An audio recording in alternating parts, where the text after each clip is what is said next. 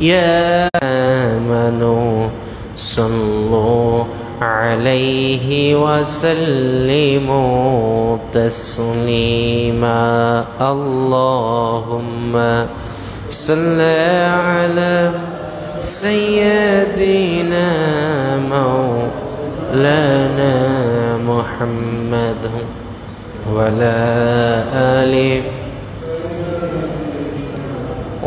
رسولنا محمد मुसीबत ना पाही जोदी मुसीबत ना पाही जोदी करुणा तुम्हार कबरे हशरे কি হবে আমার কবরে হাসরে কি হবে আমার আসিহি গো ডুবে আমি পাপেরি সাগরে না জানি কি হবে ও পারে হাসরে তোমারি সুপারিশ বিনে নবী তোমারি সুপারিশ বিনে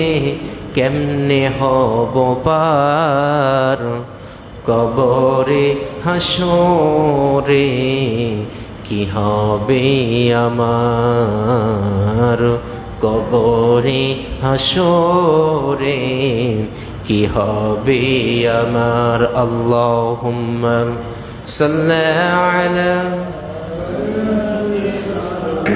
মাওলানা মুহাম্মদ ওয়া আলা আলি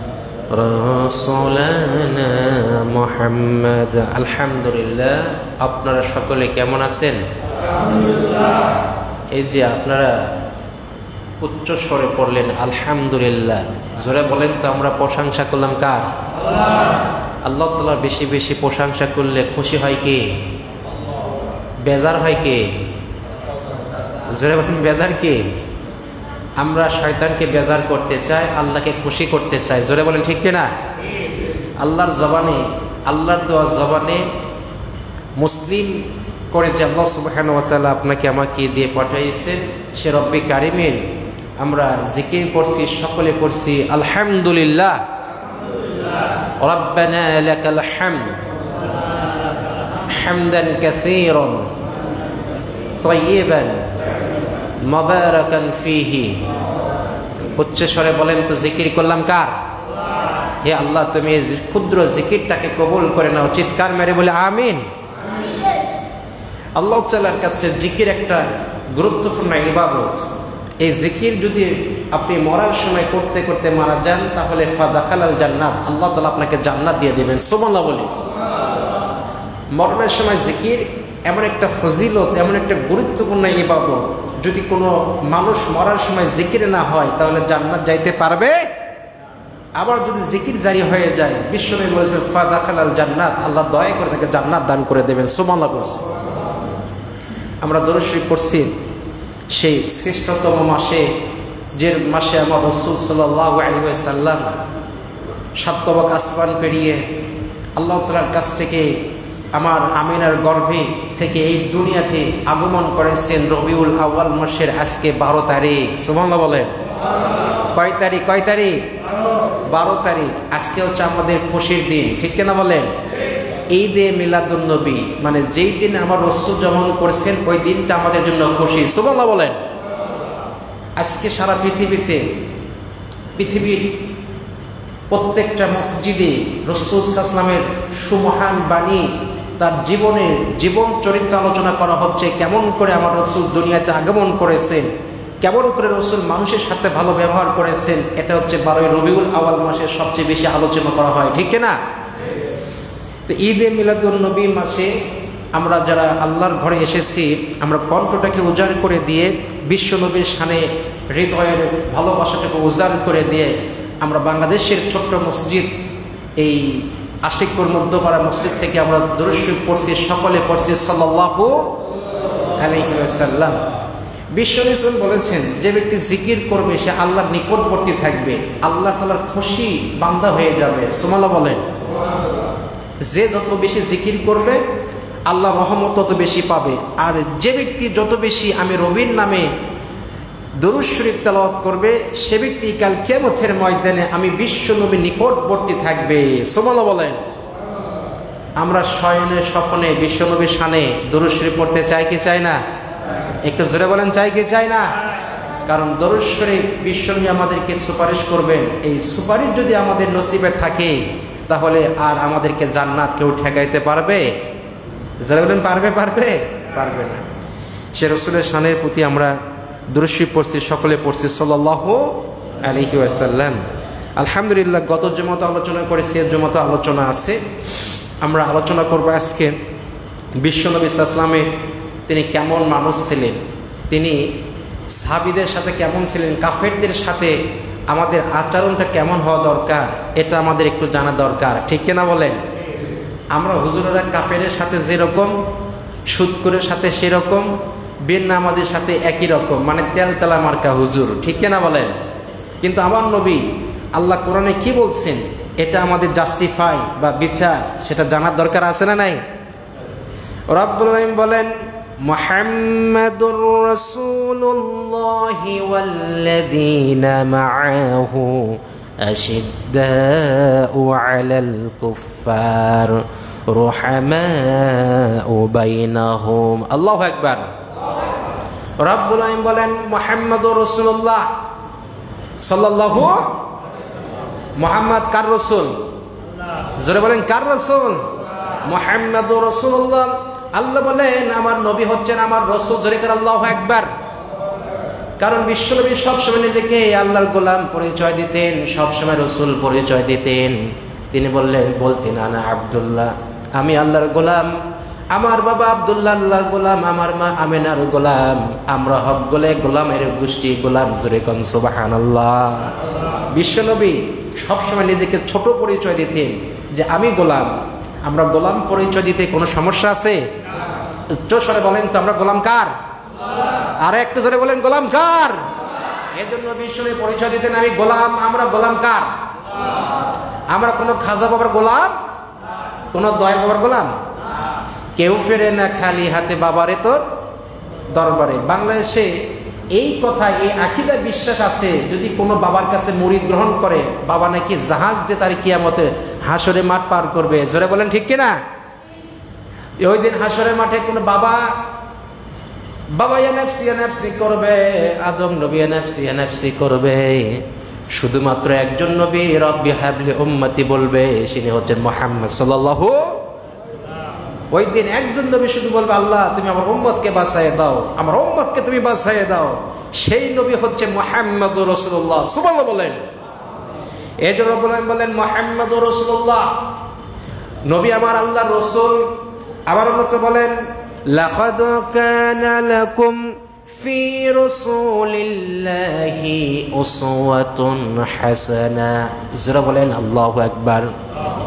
আল্লাহ রাব্বুল আলামিন বলেন আমি আমার রাসূলকে পাঠাইছি तमाम বিশ্ববাসীদের জন্য উসওয়াতুন হাসানা। তার মানে রাসূলের ভিতরে সব আদর্শ দিয়েছেন তিনি কে? আমার রাসূল ছোট বাচ্চাদের সাথে কেমন ব্যবহার করতেন সেটা হাদিসে আছে না নাই? আবার যুবকদের সাথে কেমন ব্যবহার করতেন সেটা আছে না নাই? বুড়া মানুষদের সাথে কেমন ব্যবহার করতেন সেটা উল্লেখ করছেন তিনি কে? এজন্য রব্বুল আলামিন বলেন মুহাম্মাদুর রাসূলুল্লাহি ওয়াল্লাযীনা মাআহু আশিদ্দাউ আলাল কুফফার। আল্লাহ তাআলা বলেন মুহাম্মদ আল্লাহর রাসূল, আরে মুহাম্মদ তার সাথীরা কাফেরদের সাথে খুবই কঠোর বজ্র আর নিজেদের ভিতরে খুবই নম্র করে পাঠাইয়েছেন। সুবহানাল্লাহ বলেন। কি চমৎকার আল্লাহ তাআলা বলছেন যে মুহাম্মদ আল্লাহর রাসূল, তার সাথী এবং তিনি কাফেরদের সাথে খুবই কঠোর। সুবহানাল্লাহ বলবেন না? আমরা মুসলিমরা কাফেরদের সাথে কঠোর, ঠিক কিনা বলেন? কিন্তু এখন বাংলাদেশে, সৌদি আরবে, তারপরে হচ্ছে ভারত, সারা পৃথিবীর যারা মুসলিম তারা হচ্ছে ইহুদি খ্রিস্টানদের বন্ধু, আর মুসলিম হয়ে মুসলিমদের সাথে কঠোর, ঠিক কিনা? এই কথাটা রব্বুল আলামিন বলেন মুহাম্মাদুর রাসূলুল্লাহ, আমি আল্লাহ তাআলার রাসূল হচ্ছে মুহাম্মদ সাল্লাল্লাহু আলাইহি ওয়াসাল্লাম। ওয়াল্লাযীনা মাআহু আশিদ্দাউ আলাল কুফার, আমার রাসূল হলো কাফেরদের সাথে খুবই কঠোর, আর তারা একে অপরের জন্য হচ্ছে খুবই মায়াবী। সুবহানাল্লাহ বলেন। তাই সেই রাসূল ছোট বাচ্চাদের সাথে, বড়দের সাথে, বিদ্যাদের সাথে, নারী পুরুষের সাথে, সবার সাথে কেমন ব্যবহার করতেন সেটা আল্লাহ তাআলা ইনফরমেশন দিয়েছেন। সুবহানাল্লাহ বলেন। রব্বুল আলামিন বলেন, মুহাম্মদ আল্লাহর রাসূল, তিনি এমন একজন রাসূল, আদমের আগেও রাসূল, আদমের পরেও তিনি, শুরুতে রাসূল, শেষেও রাসূল। আমার রাসূল সেই সময় থেকে নবী, যখন আদমের বডিটা মাটি আকারে, মূর্তি আকারে পড়েছিল, তখন থেকে তিনি আল্লাহ রাসূল। সুবহানাল্লাহ বলেন। আবার তিনি রাসূল তো সেই সময়, কিন্তু তিনি রিসালাতের দায়িত্ব পেয়েছেন সবার শেষে, যার কারণ হচ্ছে খাতামা। এক কথা রব্বুল আলামিন বলেন, লাকাদ জাআকুম রাসূলুম মিন আনফুসিকুম আজিজুন আলাইহি মা আনিতুম হারিসুন আলাইকুম বিল মুমিনিনা রাউফুর রহিম। আল্লাহু আকবার।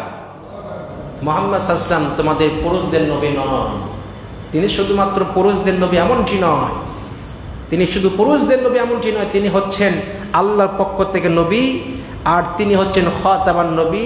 তেনাকে আজিজ করে সমস্ত নবীদের সর্দার করে পাঠাইছেন তিনি কে?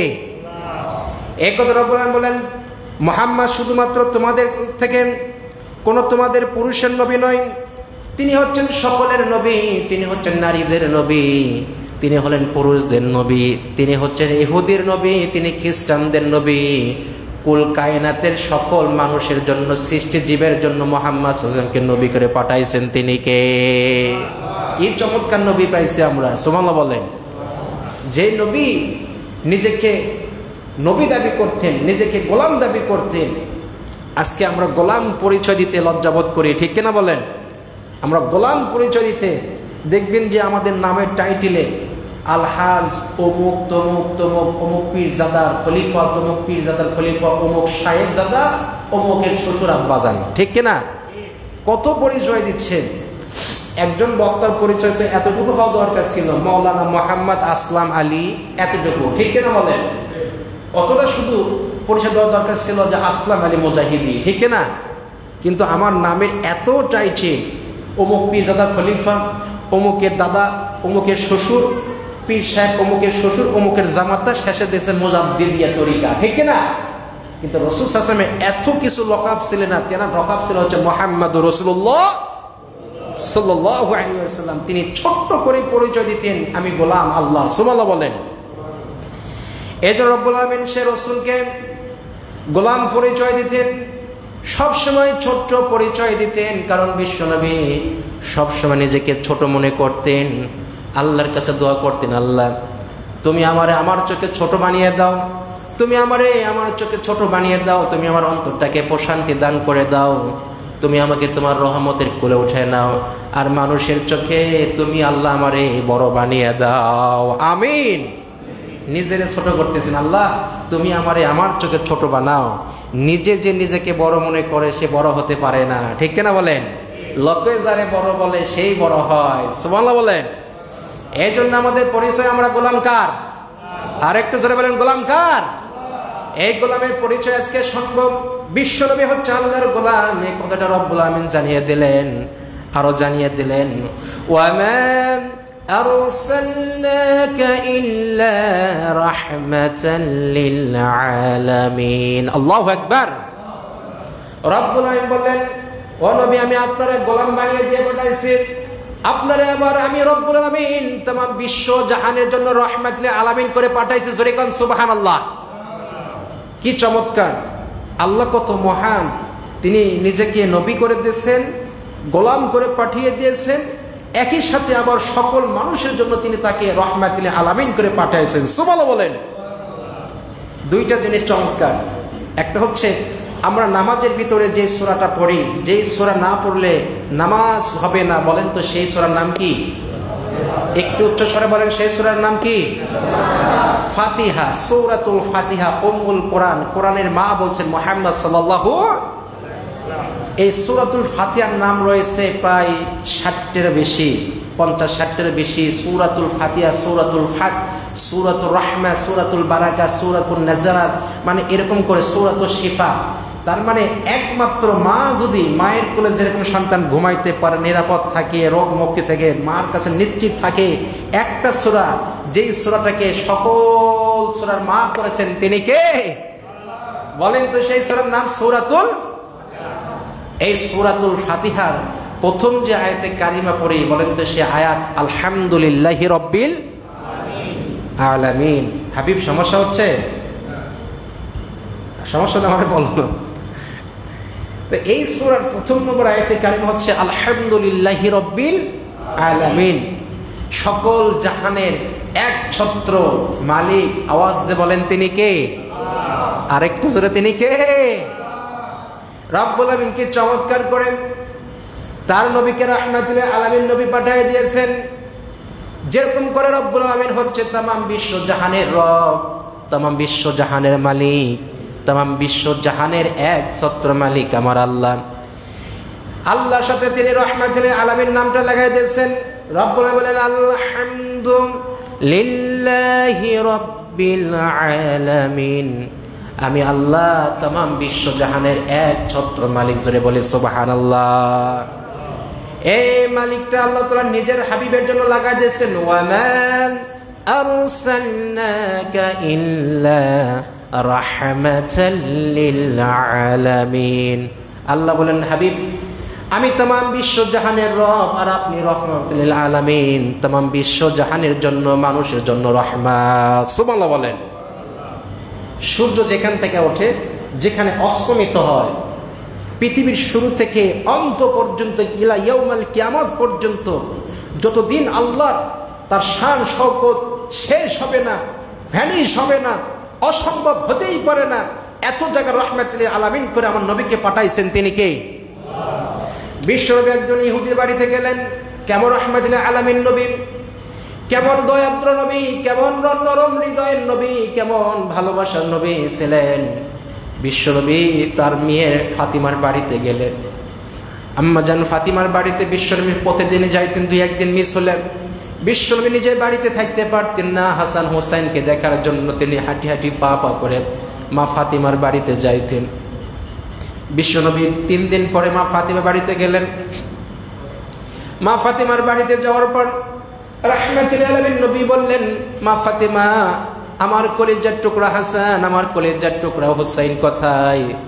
মা ফাতিমা চোখের পানি ফালায় বলেন, আব্বা জান, আপনার নাতি, 2 নাতি ক্ষুধার যন্ত্রণায় সহ্য করতে না পেরে বারিন্দায় গড়াগড়ি করতে করতে ওই যে জান্নাতে 2 জন সর্দার না খেয়ে বারিন্দায় ঘুমিয়ে গেছে।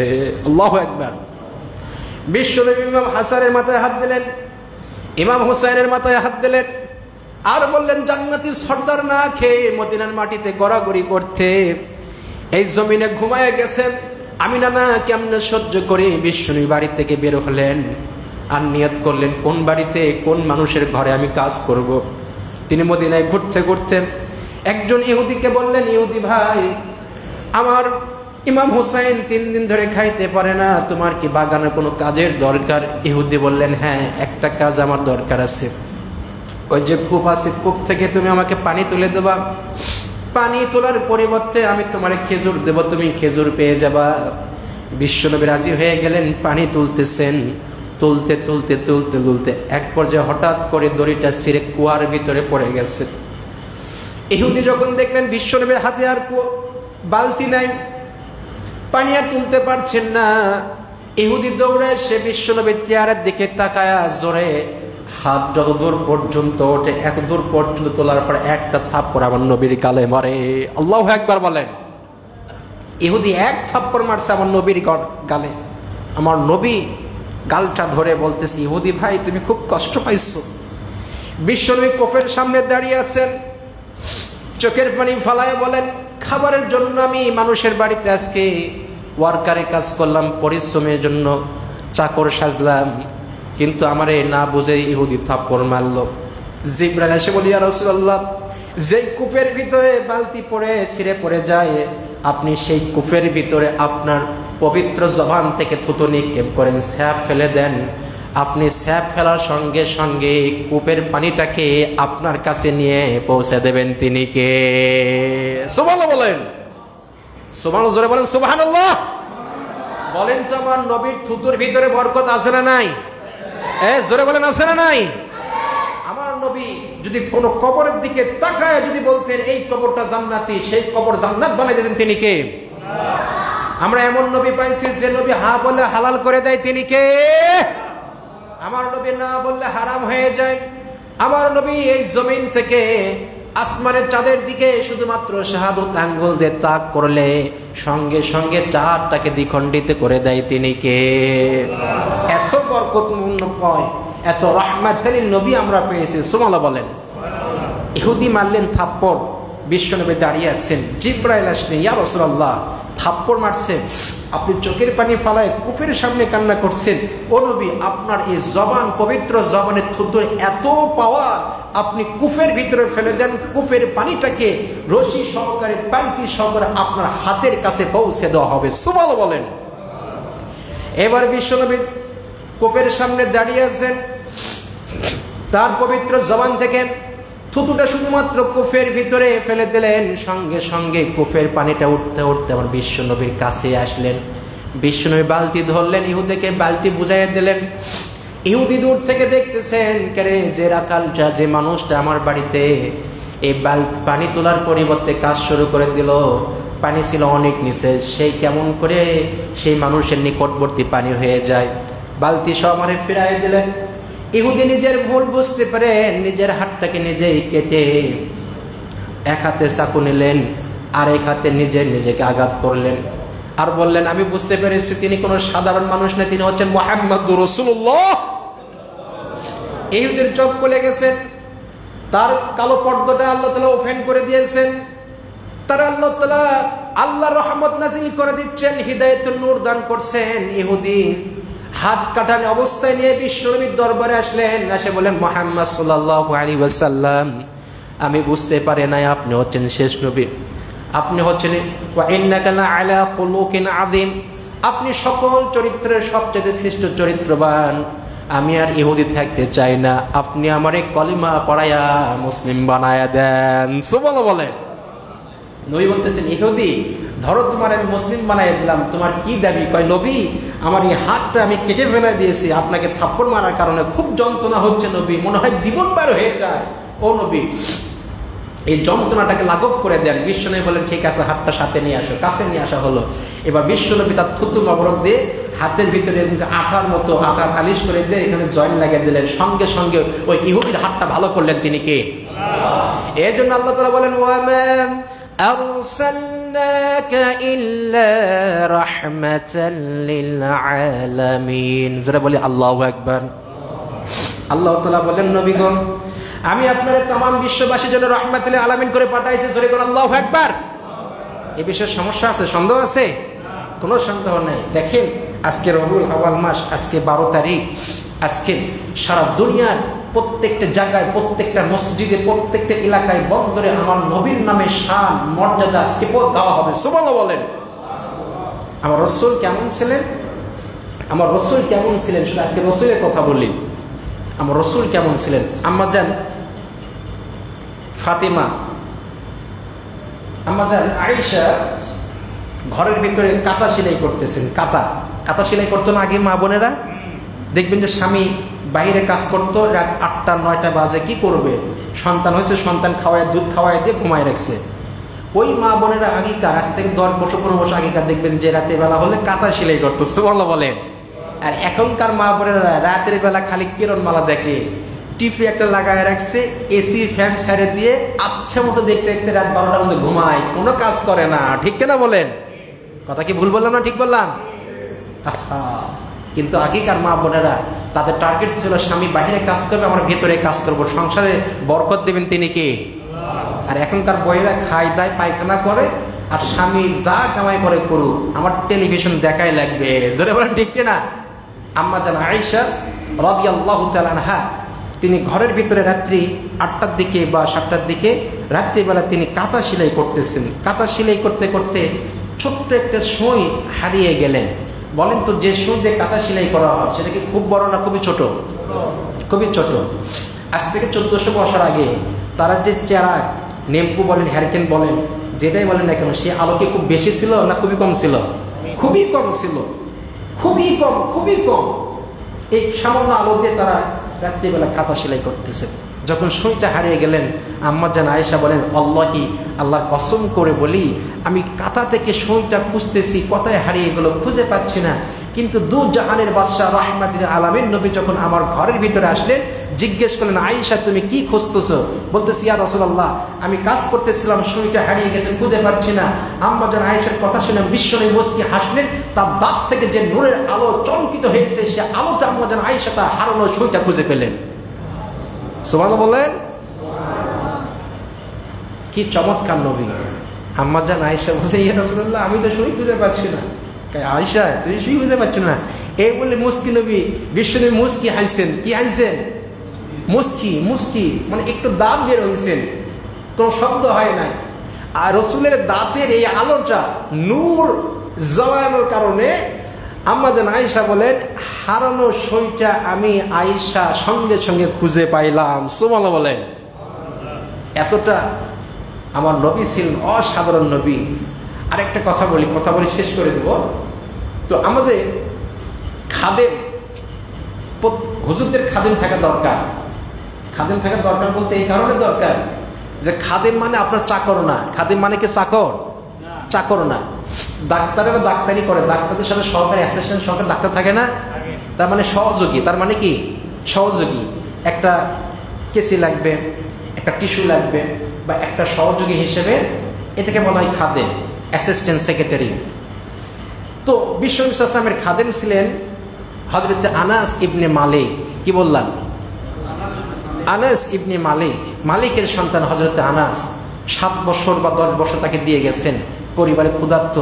আনাসের মা খুবই ইচ্ছা যে আমার এই সন্তান যদি দু জাহানের বাদশাহ রাহমাতুল নবীর কাছে থাকে তাহলে সুশিক্ষায় শিক্ষিত হবে, আদর্শবান একটা সন্তান হয়ে যাবে। সুবহানাল্লাহ বলেন। আমার নবী কেমন কেমন চরিত্র অধিকারী ছিলেন।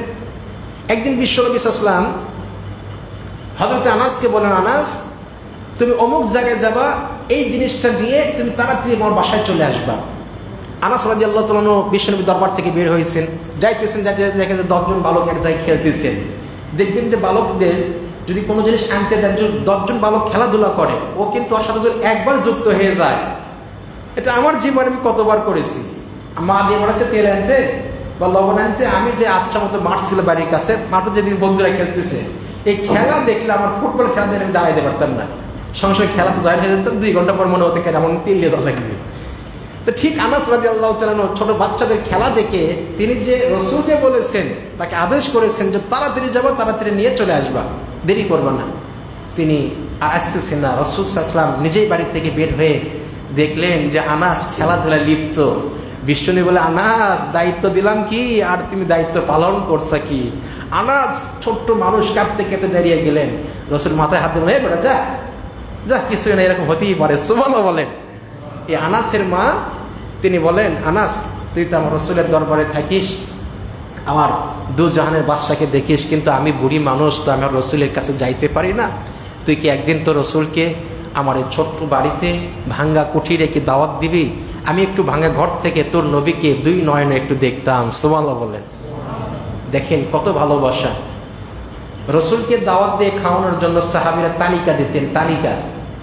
রসুলকে দাওয়াত দিয়ে খাওয়ানোর জন্য সাহাবীরা বরকত নেওয়ার জন্য, মানে রসুল শুধুমাত্র ওই বরকত রসুল খাইলে হয় না, এই মসজিদের খতিব, এই মসজিদের মুয়াজ্জিম সাহেব, সারা দুনিয়ার ইমাম সাহেব, তাদেরকে খাওয়ানোর জন্য বরকত আছে। ইমামদেরকে, খতিবদেরকে, ইরাদেরকে, আলেমদেরকে, ছোট ছোট মুফতি বাচ্চাদেরকে খাওয়াইলে আল্লাহ তাআলা বরকত দিয়ে দেয়। সুবহানাল্লাহ বলেন। এতিমদেরকে খাওয়াই দিবেন, এতিমের মাথায় হাত দেবেন, মাদ্রাসার ছাত্রদেরকে চকলেট দিবেন, দোয়া করবেন, আলেমদেরকে সম্মান করবেন, কারণ আলেমরা হচ্ছে পৃথিবীর শ্রেষ্ঠ জাতিদের ভিতরে এক অন্যতম। সুবহানাল্লাহ বলেন। এবার আনাসের মা বললেন, আমার খুব ছোট্ট কুঠিরে তুমি দাওয়াত দিও। আনাসের মা আনাসকে বললেন, আনাস রাদিয়াল্লাহু তাআলা আনহু যায় বললেন, ইয়া রাসূলুল্লাহ, আমার মা তার খুবই ইচ্ছা আপনাকে একটু দেখার জন্য, কিন্তু আপনার কাছে এই পর্যন্ত আসতে পারে না, আমার মা এতটা দুর্বল।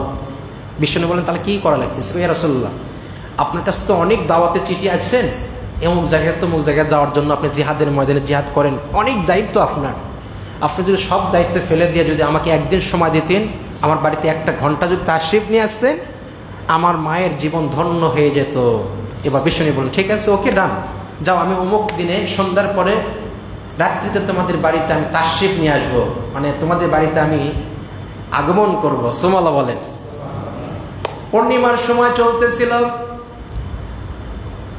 কেমন নবী আমরা পেয়েছি, কেমন দয়ার নবী আমরা পেয়েছি, কেমন সৌন্দর্য নবী আমরা পেয়েছি।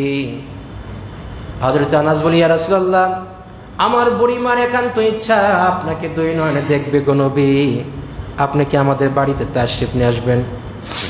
বিশ্বনবী রাত্রিতে হাঁটি হাঁটি পা পা করে আনাসের বাড়িতে গেলেন। আনাসের মা দরজাটা খুলে দিয়ে দেখতে পেলেন, তিনি একবার বিশ্বনবীর চেহারার দিকে তাকায়, আর একবার পূর্ণিমার চাঁদের দিকে তাকায়।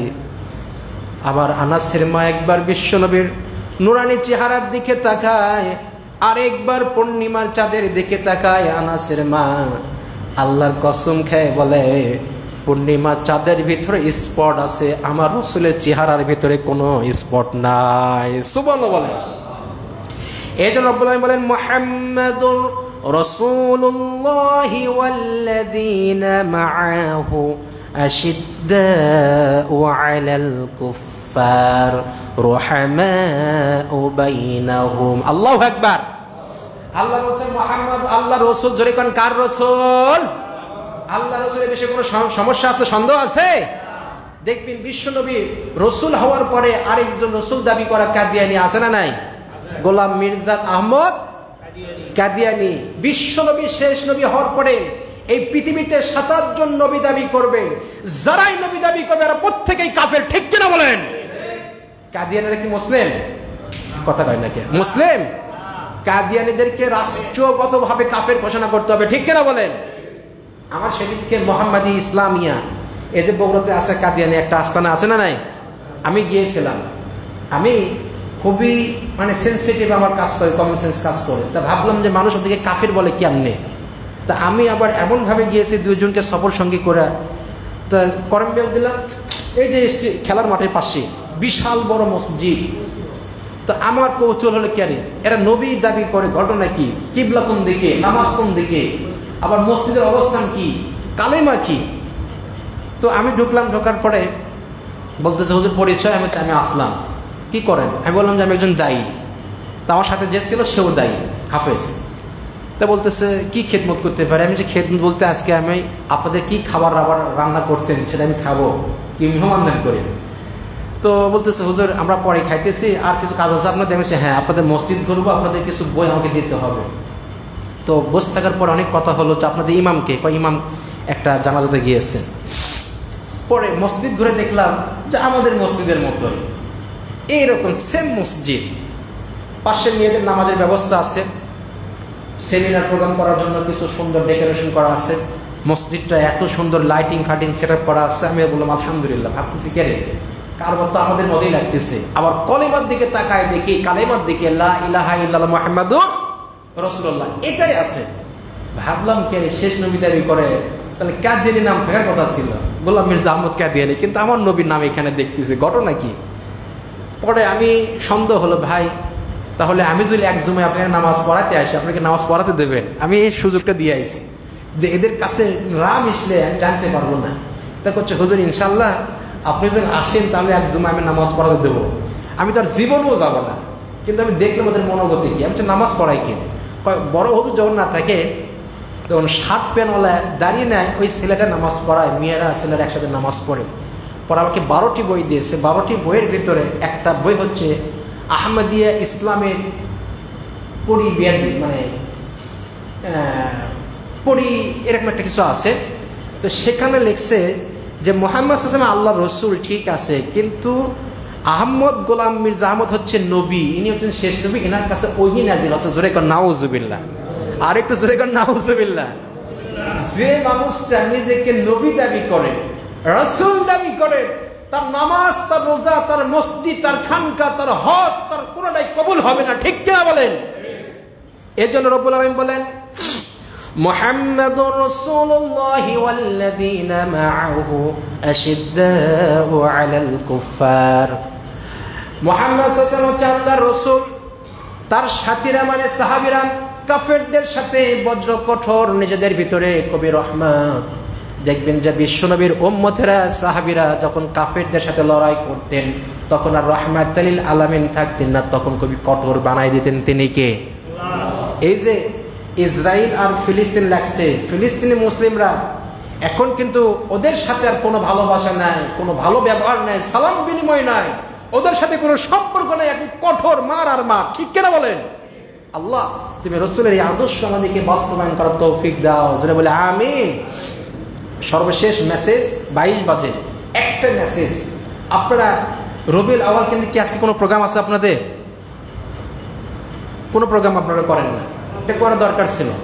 এটা আপনাদের মসজিদে তাবারক হোক, এমনিতে হোক, বিশ্বনবী সাল্লাল্লাহু আলাইহি ওয়াসাল্লামের জীবন থেকে কিছু সময় প্রত্যেকটা বাংলাদেশে প্রত্যেকটা মসজিদে হয়।